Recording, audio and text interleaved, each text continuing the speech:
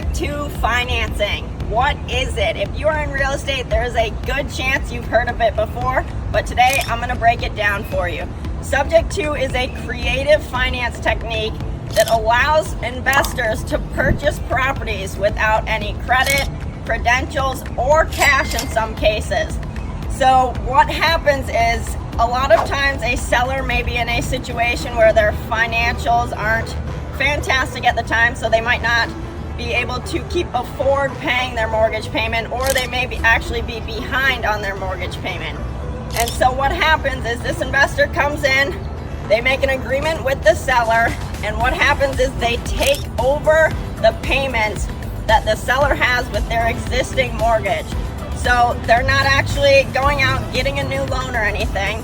They're just taking over and paying the mortgage on behalf of the seller. So what actually transfers the ownership now is going to be the deed. So the investor actually will physically own the property because the deed is what represents ownership of a property, but they actually do not hold the loan. The loan stays in the seller's name and the investor just pays on behalf of the seller. So there are some situations where there's definitely risk involved to a certain extent, but there are ways around it because a lot of mortgages have a due on sale clause, but there's definitely ways to kind of get around that, or a lot of times it just doesn't come into play because a lot of lenders actually don't very often pull the due in sale clause into play whatsoever. So the benefit for the investor is that they don't have to go out, get a mortgage, they don't have to have credentials, they don't necessarily even have to have cash or anything.